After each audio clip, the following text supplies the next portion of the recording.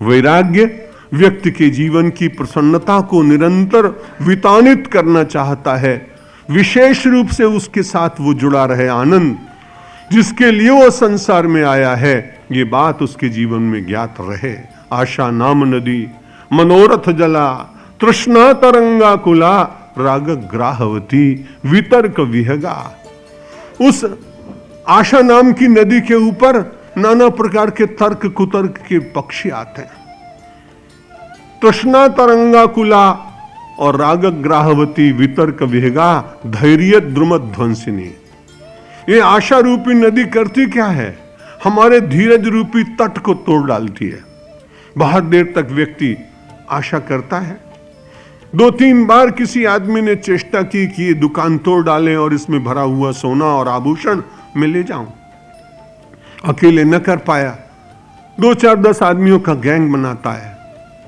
अपने छोटे औजारों से न तोड़ पाया तो वेल्डिंग कटर करने वाली मशीन ले आता है।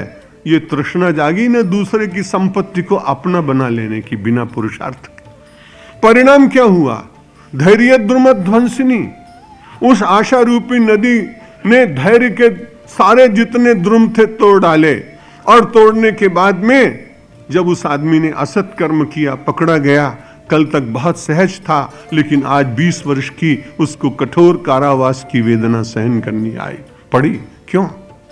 केवल दूसरे की संपत्ति को कम से कम श्रम और कम से कम समय में अपने बना लेने का जो विचार उसके भीतर जागा, उसने ही तो उसे बंधन में डाला। इसलिए पुरुषार्थ करते हुए प्रामाणिकता से जो प्राप्त हो, उसमें संतोष पूर्वक जीवन व्यतीत करने का नाम ही तो वैराग्य है। नहीं तो राग तो रुलाएगा। जो आपके अधिकार नहीं है, जो आपकी वस्तु नहीं है, जिसे प्राप्त करने की आपकी योग्यता और क्षमता और पात्रता नहीं है, यदि उसके लिए आपने बहुत प्रयत्न किया तो परिणाम विपरीत हो सकता है, और विपरीत परिणाम के कारण आपका जीवन संकट में पड़ सकता है। इसलिए भगवान आदि शंकराचार्य कहते हैं जुगुप्सा भी होनी चाहिए। क्या है ये सब? पता नहीं कितने लोगों ने पहले इसे पाया था, छूट गया। उनको क्या मिला? तुमको क्या मिल जाएगा? ये मन अपने आप अपने को समझाए। और देहादि ब्रह्म पर्यंते यह नित्य भोग वस्तुनि। देह से लेकर और ब्रह्म पर्यंत जितनी ऐसी वस्तुएं हैं जो अनधिकार जीव प्राप्त करना चाहता है, धैर्य के द्रुम को तोड़कर आशा की नदी में ही केवल स्नान करता है, वो जीव धन्य होता नहीं। भर्तरी कहते तस्या पारगता विशुद्ध मनसा। उस आशा रूपी नदी से पार चले जाने वाले लोगों का मन विशुद्ध होता है। जहां जहां शुद्धता है वहां वहां आपकी प्रियता है। छोटा सा बालक, निष्कपट बालक, भोर में उठा, माता ने उसका श्रृंगार किया, लोगों ने उसे स्नेह दिया, वात्सल्य प्रदान किया। परिवार का हर व्यक्ति सोचता है मैं इसे गोद में खिलाऊं, मैं इसे गोद में खिलाऊं।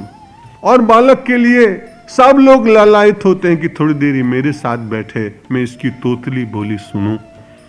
क्यों? क्योंकि बालक निष्कपट है, बालक का मन शुद्ध है। जहां जहां शुद्धता है वहीं वहीं आकर्षण होता है। और जितने आकर्षण बाह्य वस्तुओं के द्वारा होते हुए बड़े क्षणिक होते हैं, बड़े दीर्घजीवी नहीं होते, अल्पजीवी होते हैं। आपने कई बार अनुभव किया होता है, और बाद में उसमें से निराशा जन्म लेती है। तस्या पारगता विशुद्ध मनसा। ये विशुद्ध मन का निर्माण विवेक चूड़ामणि के शम दम उपरति श्रद्धा के द्वारा व्यक्ति के जीवन का निर्माण हुए संदेश देती है।